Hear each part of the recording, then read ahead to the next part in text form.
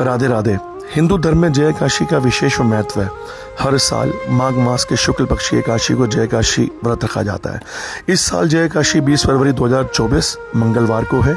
जय काशी के दिन भगवान विष्णु की विधि विधान से पूजा की जाती है। इसके साथ ही इस दिन व्रत रखने का भी विधान है।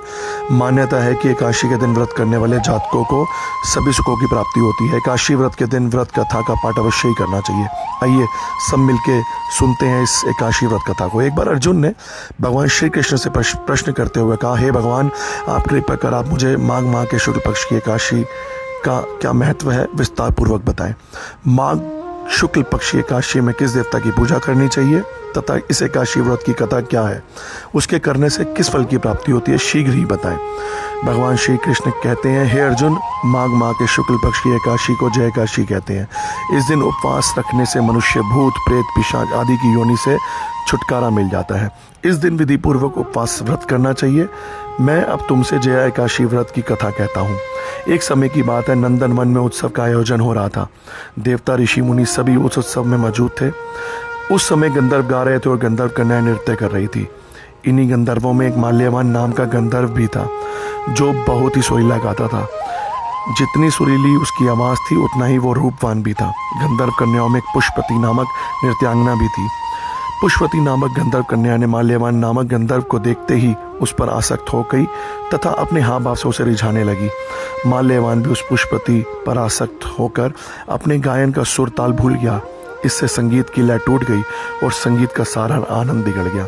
सभा में उपस्थित देवगणों को यह अच्छा नहीं लगा।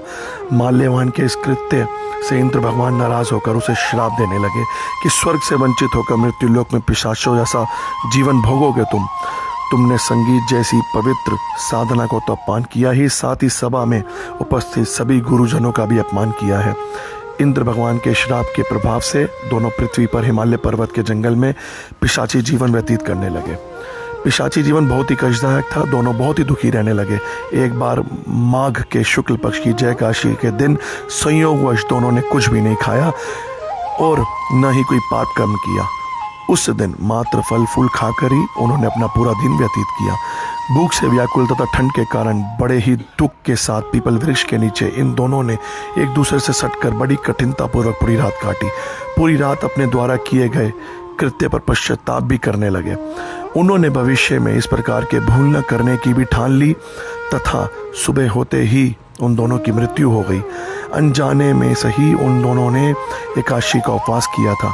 भगवान के नाम का जागरण भी हो चुका था।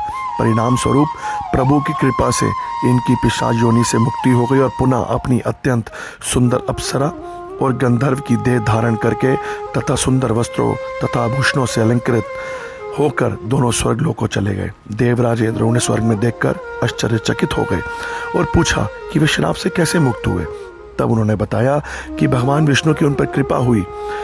हमने अनजाने में माघ शुक्ल पक्ष एकादशी यानी जय एकादशी का उपवास हो गया, जिसके प्रताप से भगवान विष्णु ने हमें पिशाची जीवन से मुक्त कर दिया। कुछ इस तरह से जय एकादशी का व्रत करने से भक्त को पूर्व में किए गए पाप कर्मों से मुक्ति मिलती है। जो व्यक्ति इस दिन व्रत रखता है या इस कथा का श्रवण करता है उसको सारे पापों से मुक्ति मिल जाती है। यदि किसी व्यक्ति ने व्रत का पालन नहीं भी करा, केवल मात्र इस कथा का श्रवण भी करा है, तो वो भी अपने पापों से मुक्त हो जाता है।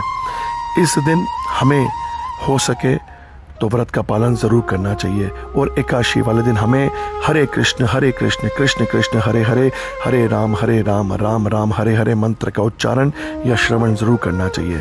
और यदि हो सके तो इस दिन हमें कुछ ना कुछ दान ज़रूर करना चाहिए। यदि आप कुछ दान भी करना चाहते हैं तो जैसा कि आप सब जानते हैं कि हम सरकारी हॉस्पिटल्स के आगे लंगर सेवा करते हैं। यदि आप उसमें कुछ अपना योगदान देना चाहते हैं तो आप बिल्कुल दे सकते हैं।